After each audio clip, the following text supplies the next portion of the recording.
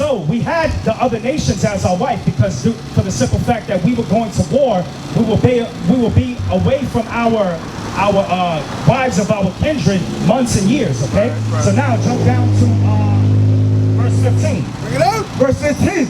If a man have 2 wives, so if a man has 2 wives, go ahead. One beloved and one hated. One beloved and the other hated. So the one beloved was the one of our own kindred. The one that was hated was one of the wives of our other nation that we had to take. Due to the fact that we was away from our wives and our family, we would go to war for a long period of time. So we were allowed back then to have 2 wives. Read on. And they have borne him children, both beloved and the hated. And if the firstborn son be heir that was hated.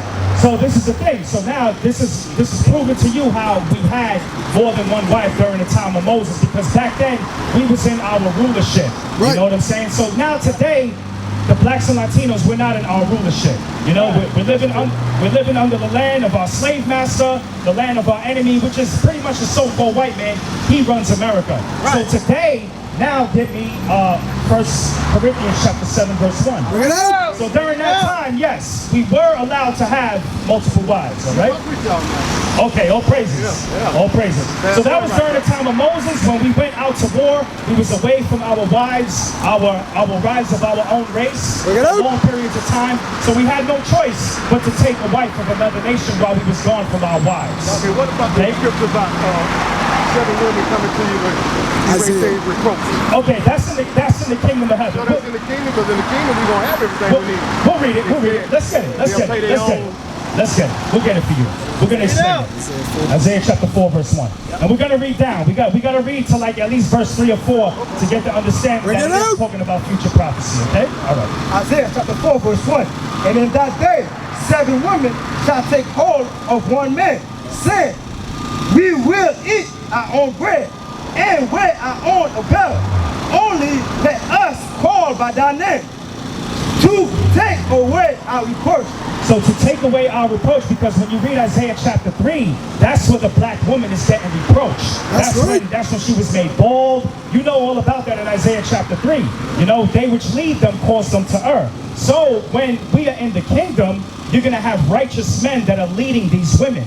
So therefore today, the average black man and the average Latino man is not guiding his household the proper way. Right. So today our women are being as a reproach. Okay? So read that again in that day. And in that day, 7 women shall take hold of one man. So it's going to be a big ratio. That's why you see 7 women going to take hold of one man, because when the thermonuclear destruction comes, there's going to be more men that die than women. That's right. The 2/3 of our people is going to be more men that die than women. That's because the men, we are held more accountable because we are the leaders of our nation. Right. It's up to us men to guide our household, to guide our wives, to guide our children. Right. So there's going to be a big ratio difference in men and women. Okay, so read on. Bring it out. Verse 2. And in that day shall the prince of the Lord be beautiful and glorious, and the fruit of the earth shall be excellent and comely of Israel. So them that are escaped of Israel, those that are escaped of the thermonuclear fire destruction. So that's how we know that this is talking about a future prophecy, because we know that America is still standing and this white man is still ruling this earth. Right. So okay. Does that make sense? I'm going to do a little more research. Okay. He did say something I didn't quite go through yet. Okay. Now, the Old Testament and the New Testament. Yes. There was laws to handle it in the Old Testament, correct? Yes. And then stop in the New Testament? Well, it depends what law we're talking about. Like, say, for instance, when Christ said, Moses said an eye for an eye, tooth for a tooth, right? Okay, I'm talking about same subject. For example, if you take on a second wife, a food and a clothing, they're not diminished. Right. All right. So, New Testament, is that still going on? Well, no, because now, get 1 Corinthians chapter 7, verse 1. Okay? Let's switch your readers, okay. Right, because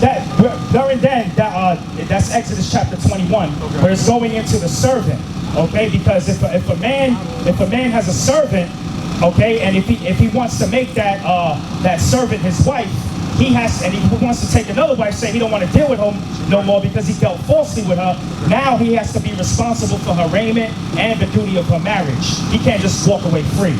Yeah. You get that part? So what about the first one he had? The first one he had, let's read it. Let's go to Exodus 21. Let's go to Exodus 21. We're here to answer questions. We don't run from no scriptures. That's real. All right, let's go to Exodus 21. Start at verse 7. The book of Exodus, chapter 21, verse 7. And if a man sell his daughter to be a maidservant, and she not go out as a manservant, and she shall not go out as the men servants do. If she please not her master. So it says, if she please not her master, who has betrothed her to himself. So if she doesn't please him, if he had betrothed her, she was promised to him, then shall he let her be redeemed to sell her unto a strange nation. He shall have no power, seeing he hath dealt deceitfully with her. See, that's the key point. He dealt deceitfully with her, which is why he wanted to put her away. But now, a part of him dealing deceitfully with her, he's still responsible for this. Verse 9. And if he have betrothed her unto his son, he shall deal with her after the manner of daughters. So if he now dealt deceitfully with her and put her away, and he betrothed her to his son, now he has to deal with her as his daughter-in-law. Verse 10. If he take him another wife. So now if he takes him another wife, he tries to be slick about it. Her food, her raiment, and her duty of marriage shall he not diminish. That first wife, he's still responsible for her food, her raiment. He still has to support that woman. Today, we call it alimony. Right. Even if the other nations keep the commandments, there's still no salvation for them regardless. Right. You know what I'm saying? Are you aware of that? I understand they have to come through God's chosen people. Well, they can come in with us, right? Well, the other nations, in the kingdom of heaven, all nations are going to be there. But there's going to be, just like you have, you have a leading class and you have a serving class. Just like today in America, so I understand that. This is their kingdom. Yeah, so they'll be there, but they're going to be under servitude. They're not going to be in rulership as they are now. Man, I appreciate stopping and talking with y'all, man. Yeah, that was I have somewhere to be. But okay, but when you get a chance, check out 1 Corinthians chapter 7, verse 1, because it tells you in order to avoid fornication, a man must have his wife. Last one, real quick. Last one. You said fornication. The book of 1 Corinthians chapter 7, verse 1. Now concerning the things whereof ye wrote unto me, it is good for a man not to touch a woman. So if a man chooses to be single to serve the Lord, there's nothing wrong with that, okay? Verse 2. Nevertheless, to avoid fornication, let every man have his own wife, and let every woman have her own husband. We got to examine that because that's singular. Let every man have his own wife, singular, and vice versa, which is singular. So to avoid the fornication, you read about fornication in Leviticus chapter 11, Leviticus chapter 18. Fornication. So fornication is anything that deals with sexual immorality. Adultery is anything outside the laws of marriage. Okay? Anything outside. Example, okay. If a man have sex with a woman, yes, not married, yes, what did he do? Get that real quick. Exodus 22:16. He's supposed to make her be his wife, right? Yes, you're aware of that. Look, we're going to read it anyway. So if a man lays down with a woman and she's not married, and he silly likes her, he's silly enticed by her. Okay, so let's read that. The book of Exodus, chapter 22, verse 16.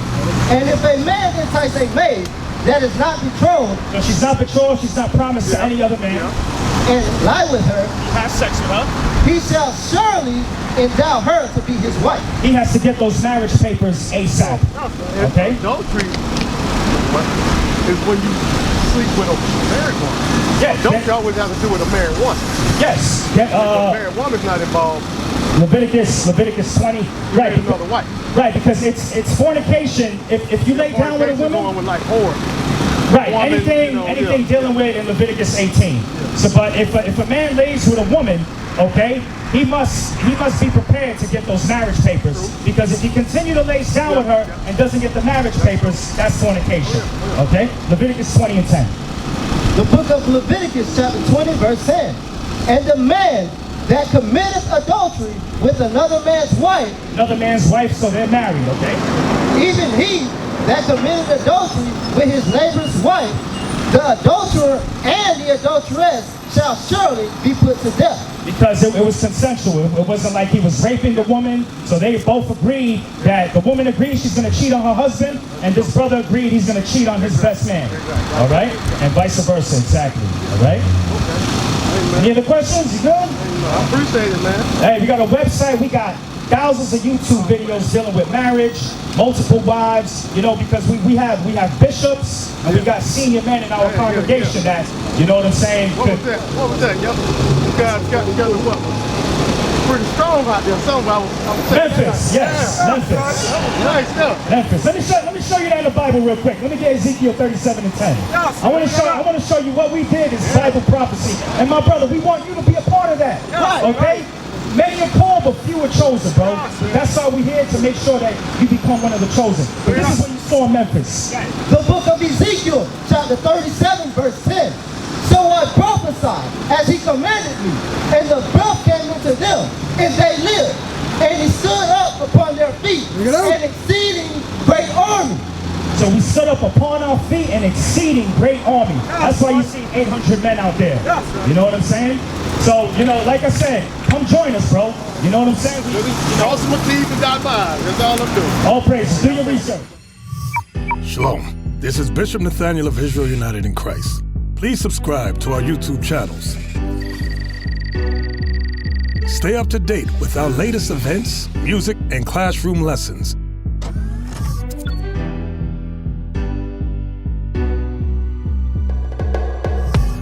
IUIC plans to continue visiting different countries where this gospel has not been preached before. IUIC needs your help in pushing this truth.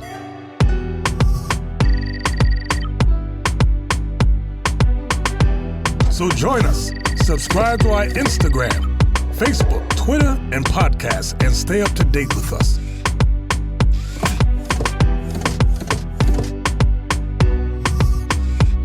For more information, please visit www.israelunite.org.